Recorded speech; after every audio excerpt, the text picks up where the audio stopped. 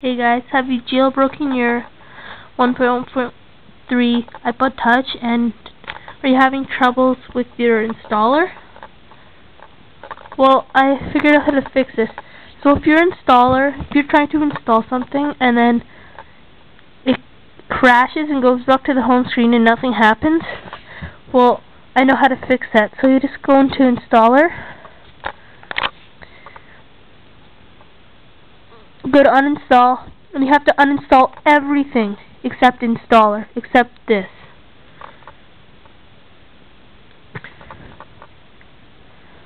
And after you uninstall everything, go to install, and you have to install something called the bosstool.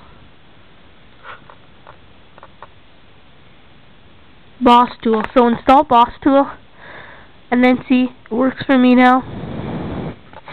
Go into it, click on free disk space, and click on the first one. It'll say relocate fonts, but I've done that already.